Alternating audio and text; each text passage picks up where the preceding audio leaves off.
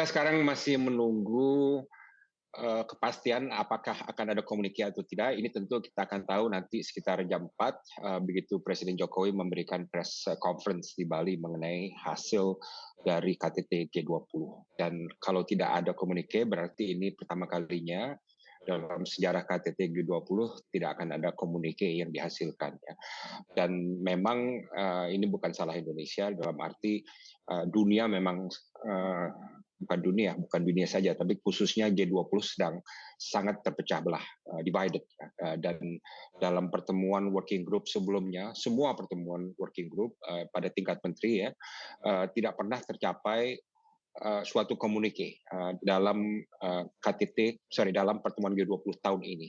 Ya, kenapa? Karena ada perseteruan yang sangat sengit antara negara-negara Barat dengan Rusia. Jadi memang kita masih mengantisipasi apakah akan terjadi komunikasi. Ada beberapa sumber yang menyatakan, misalnya dari kantor Pak Erlangga bilang mereka optimis akan capai komunikasi. Dan juga ada berita bahwa Sherpa, yaitu kelompok pejabat tinggi yang mengurus G20, telah mencapai suatu draft kesepakatan komunikasi. Jadi pertanyaannya adalah apakah pada tingkat tertinggi kepala negara draft komunikasi ini akan diadopsi ya. Jadi kita lihat saja, kita berdoa semoga ada ya, karena kalau tidak ada, ya ini pertama kali ya tidak akan ada komunikasi dalam G20. Baik, selain masalah ketegangan geopolitik di negara-negara barat dengan Rusia ini, sebenarnya apa lagi yang menjadi tantangan tercapainya komunikasi di tahun ini?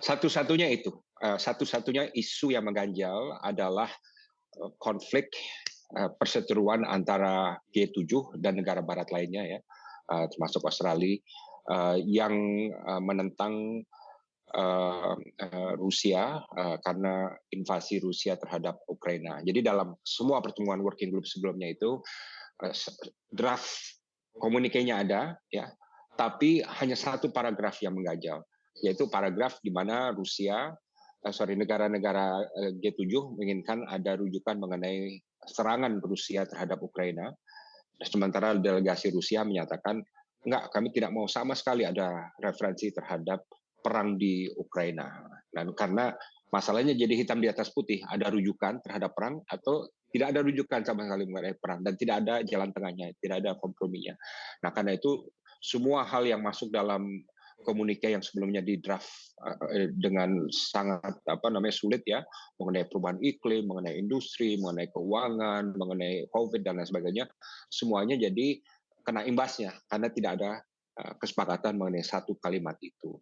Nah, jadi sekarang pertanyaannya, apakah ini akan terulang lagi dalam KTT G20 di Bali sekarang, dan itu yang harus kita lihat. Tapi yang saya lihat tandanya, pertama Presiden Putin tidak datang ke Bali, satu ya. Kedua, Menlu Raflov dikabarkan telah meninggalkan Bali. Ini suatu hal yang aneh ya, karena dia ditunjuk Presiden Putin untuk duduk dan berunding di Bali, tapi kok dia tahu-tahu meninggalkan pada saat KTT G20 justru sedang terus berlangsung, dan dia mau kemana gitu, kan dia nggak ada urusan yang lebih penting sebetulnya dari G20. Jadi ini mungkin pertanda bahwa KTT G20 tidak berjalan sesuai keinginan Rusia, dan mungkin itu pertanda bahwa akan terjadi suatu komunikasi. Jadi kita lihat saja nanti. Baik, Pak Dino, kalau berkaca di event-event G20 sebelumnya, seperti apa akhirnya komunikasi ini juga bisa diimplementasikan di negara-negara G20?